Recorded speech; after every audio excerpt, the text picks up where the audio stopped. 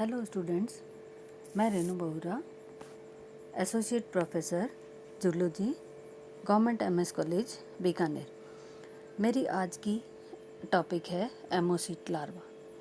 एमोसीट larva जो है Petromyzon का है। पेट्रोमाइजोन की सिस्टमेटिक पोजीशन है phylum chordata, sub phylum vertebrata, division group agnatha, class cyclostomata and genus petromyzon. ये पेट्रोमाइजोन जो है फ्रेश वाटर में पाया जाता है और पैरासाइटिक होता है। इसका लार्वल स्टेज कहलाती है एमोसीट लार्वा। एग्स हैच हो जाते हैं 3 वीक्स में और माइन्यूट ट्रांसपेरेंट लार्वी डेवलप हो जाते हैं जिनको कहते हैं एमोसिटीज। The eggs hatch in about 3 weeks into minute transparent larvae called emocyte.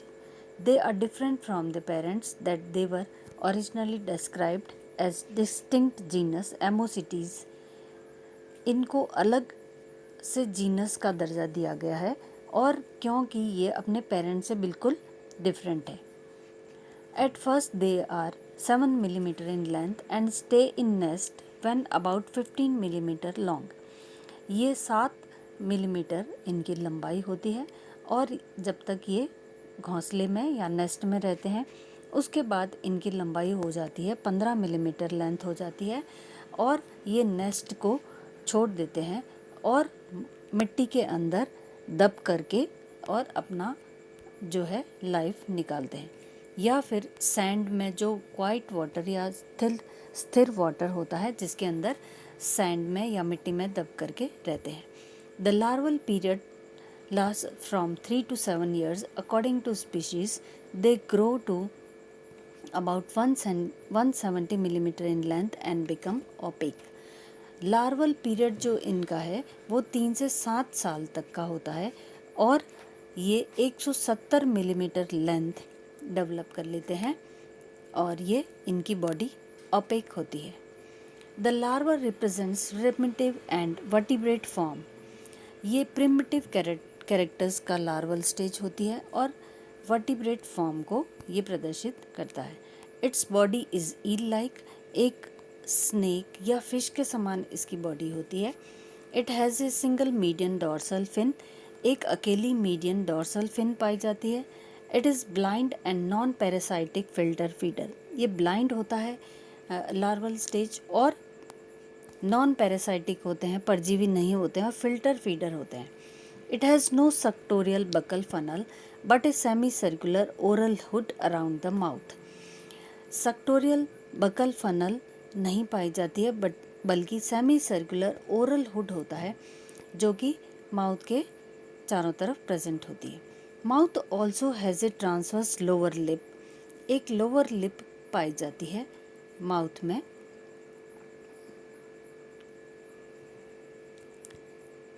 It emerges at night from its बरो, और ये रात को अपने बरो में से निकलता है और यूनिसेलुलर एल्गी या और बैक्टीरिया को पकड़ता है और इनको खाता है।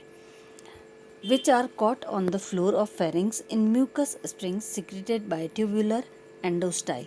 और ये जो भी प्राणी खाता है एल्गी और बैक्टीरिया, ये फेरिंग्स के द्वारा म्यूकस स्प्रिंग सिक्रीट होती है ट्यूबुलर एंडोस्टाइल के द्वारा और वहाँ पर ये फेरिंग्स की फ्लोर पर कॉट हो जाती है, पकड़ ली जाती है। A velum made of a pair of muscular flaps regulates the entry of water current into the pharynx which is continued posteriorly into the esophagus. व्हीलम होता है एक पेयर, एक जोड़ी मस्कुलर फ्लैप्स का और ये कंटिन्यूस पानी जो एंटर होता है एनिमल की बॉडी में फेरिंग्स से लेकर के ईसोफेगस तक, ये जो है रेगुलेट करता है कौन? व्हीलम। 7 pairs of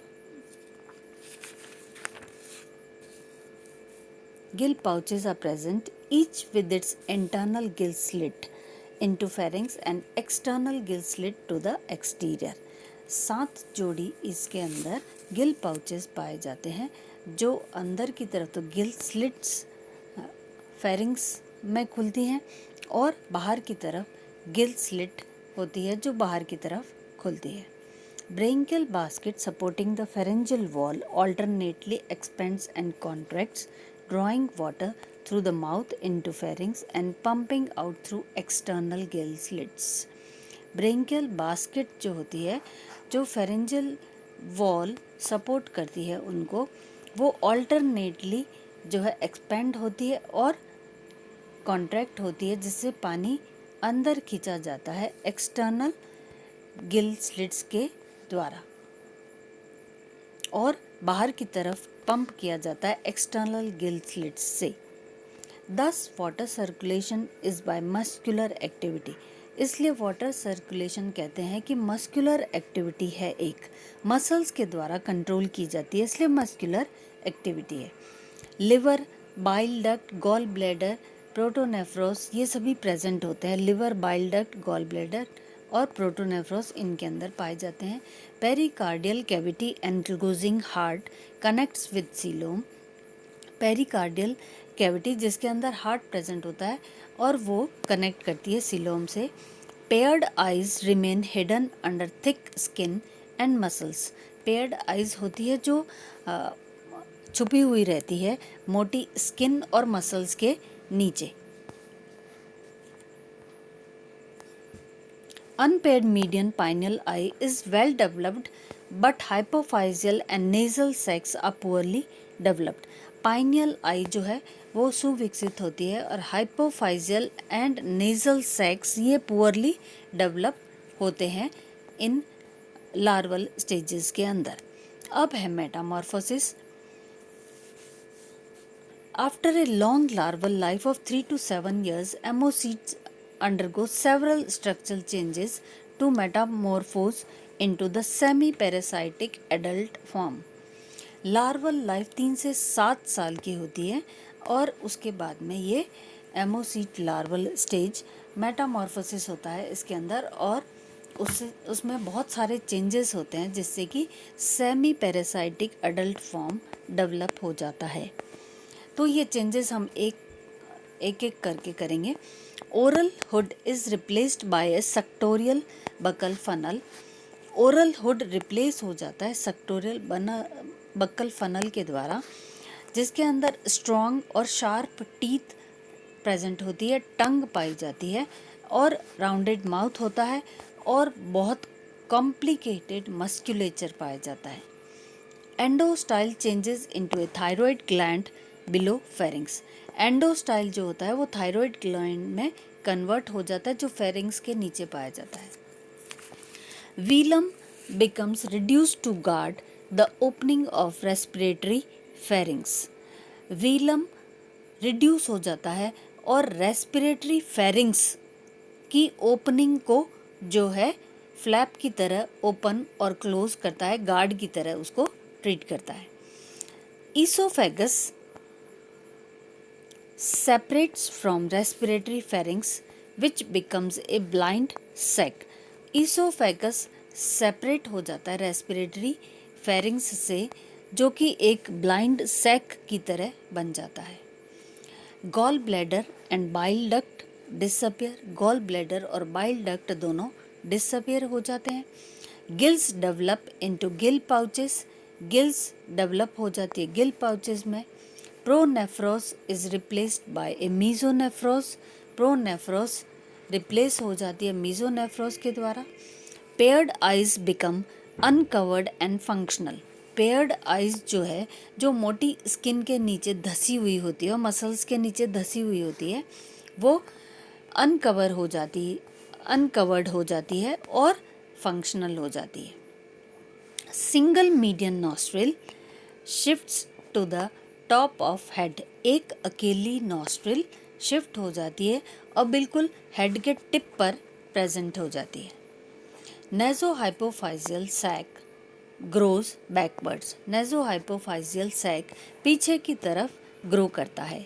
nasal sac becomes folded internally, nasal sac जो है वो अंदर की तरफ फोल्ड में बन जाता है। Continuous dorsal fin becomes divided into two, dorsal fin जो है कंटिन्यूस होती है, एक ही होती है और वो डिवाइड हो जाती है दो के अंदर। Pericardial cavity becomes completely cut off from coelom. Pericardial cavity cut off हो जाती है, अलग हो जाती है सीलोम से। Spinal cord becomes dorsoventrally flattened. Spinal cord dorsoventrally flattened हो जाती है, डॉर्सल और वेंट्रल साइड से चपटी हो जाती है। Skin colour changes from yellow brown to greenish brown. Larval stage जो लार्वल फॉर्म है उसका स्किन कलर भी चेंज हो जाता है, येलो ब्राउन से ग्रीनिश ब्राउन हो जाता है। After metamorphosis, the young lampreys swim down to the sea where they remain for 3 to 4 years before reaching maturity. Metamorphosis के बाद में जब ये सारे चेंजेस हो जाते हैं उसके बाद में यंग लैम्प्रे जो है वो तैर करके सी के अंदर या समुद्र के अंदर चले जाते हैं और वहाँ पर 3 से 4 साल तक वहीं रहते हैं और जब तक कि वो मैच्योर नहीं हो जाते। लास्ट में ये एमोसीट लार्वल स्टेज का एक तो एक्सटर्नल फीचर्स का डायग्राम है और एक इंटरनल स्ट्रक्चर का डायग्राम है। इन दोनों डायग्राम से आपको सारा कुछ समझ में आ जाएगा कि एक्सटर्नल स्ट्रक्चर के अंदर क्या क्या स्ट्रक्चर्स दिखाई देते हैं बाहर से, और इंटरनल में जो स्ट्रक्चर्स जो है वर्टिब्रेट या प्रोटोकॉर्डेट्स के कॉर्डेट के कैरेक्टर्स जितने भी होते हैं वो सभी इसके अंदर पाए जाते हैं और डायग्राम के अंदर ये जो है प्रूव हो रहा है कि कॉर्डेट्स के कैरेक्टर्स क्या हैं। इसके साथ ही ये आज की टॉपिक ख़त्म होती है। Thank you.